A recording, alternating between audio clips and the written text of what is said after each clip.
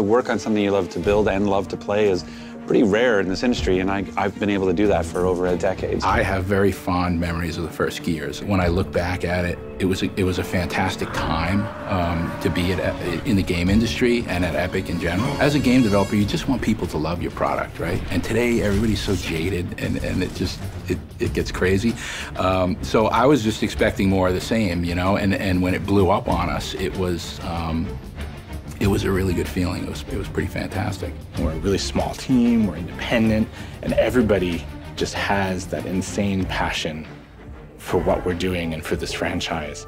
And to be able to focus on that and have it be successful, before I knew it, 10 years of my life had gone by. I started back in 2005 when I took over as the Microsoft producer for Gears of War, and then I joined Epic Games and became the producer for Gears of War, and then I took care of it all the way through Gears 1, 2, and 3, and now I'm back working on the next Gears of War. And making a Gears of War game is not something you do instantaneously. It takes years to do. So how do we kind of bring the franchise back to the fans? That Gears of War 1 experience that was 9 years ago now, how do we bring that to Xbox One and do it as quickly and as efficiently as possible, by again having a huge impact by upping the visuals, upping the audio to 7.1, 1080p, 60 frames. It's a way to kind of re-engage with the franchise and move to that next platform, because the next Gears is coming. There just aren't that many examples of a franchise that's so uniquely associated with a console like Gears is with Xbox. Having Rod with his background both at Microsoft and at Epic, I think will be critical to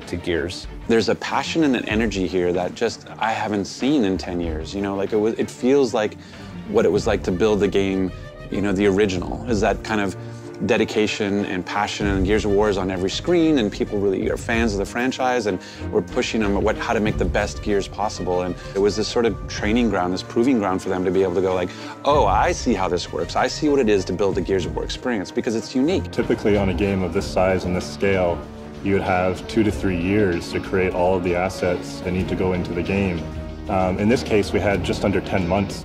We went to find partners who could help us basically realize our vision for the game. We're now working with a number of different partners in 6 countries and 4 continents around the world. It's always been almost a counterculture franchise inside of our portfolio, which I've always loved. It's been a little edgy, and I think it would just be great to see that Gears Mania take over again as people re-fall in love with the franchise. I want people to go back and enjoy the story for what the story was, to enjoy the experience for what it was, and I hope it sort of just gets people excited about Gears of War again. Like, Gears of War is back, and it's back in a big way. This is just the beginning of a long road of awesome Gears of War experiences, and this is just the first, and I know what the next one is, and I can't wait for them to know either.